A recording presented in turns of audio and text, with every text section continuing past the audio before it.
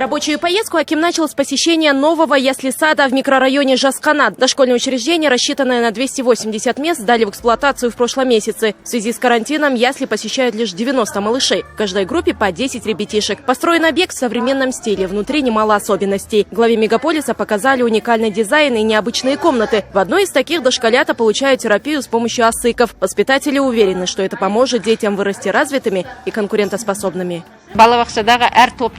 В нашем детском саду в каждой группе спальня и игровая комната находятся в одном месте. Это очень удобно. В первую очередь сохраняется безопасность детей, малыши будут все время в поле зрения воспитателя. С другой стороны, стараемся оптимально использовать имеющееся пространство.